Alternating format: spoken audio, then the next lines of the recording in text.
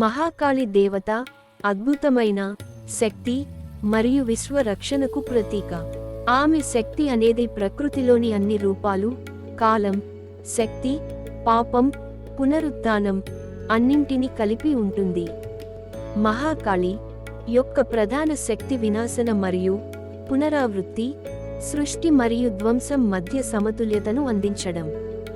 ఆమె కేవలం ఒక భయంకరమైన రూపంతోనే కాక, దుష్ట శక్తులను నాశనం చేసి సమాజాన్ని రక్షించే ఆధ్యాత్మిక శక్తిగా ప్రజల హృదయాలలో స్థానం పొందింది.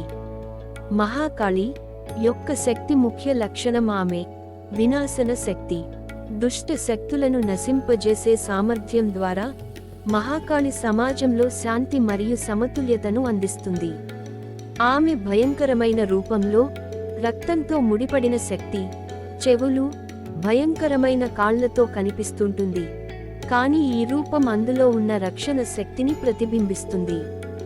ఆమె శక్తి ద్వారా పాపం దృష్టి తప్పినప్పుడు కొత్త జీవం పునరావృతమవుతుంది. మహాకాళి ఉద్భవం శివుని ఆదేశంతో జరిగిందని పురాణాలు చెబుతున్నాయి. శివుడు తల పోయిన శ్లోకాన్ని దూరం చేయడానికి, దుష్ట శక్తులను పరిష్కరించడానికి శక్తి కావాలనుకున్నప్పుడు మహాకాళి దేవత ఆ శక్తి. మరికొన్ని కథలు చెబుతున్నట్లుగా శివుని పవిత్ర శక్తి రూపంలో దుర్గాదేవి శక్తిని కలిపి మహాకాళి అవతరించాయి. ఆమె యొక్క ఉద్భవం పాపాలను ధ్వంసం చేసి విశ్వాన్ని రక్షించడంలో కీలక పాత్ర పోషించింది. మహాకాళి యొక్క శక్తి గురించి చెప్పలేనిది. ఆమె శక్తి కాలంతో అనుసంధానమై శాంతి మరియు ధ్వంసం మధ్య సమతుల్యతను పెంచుతుంది.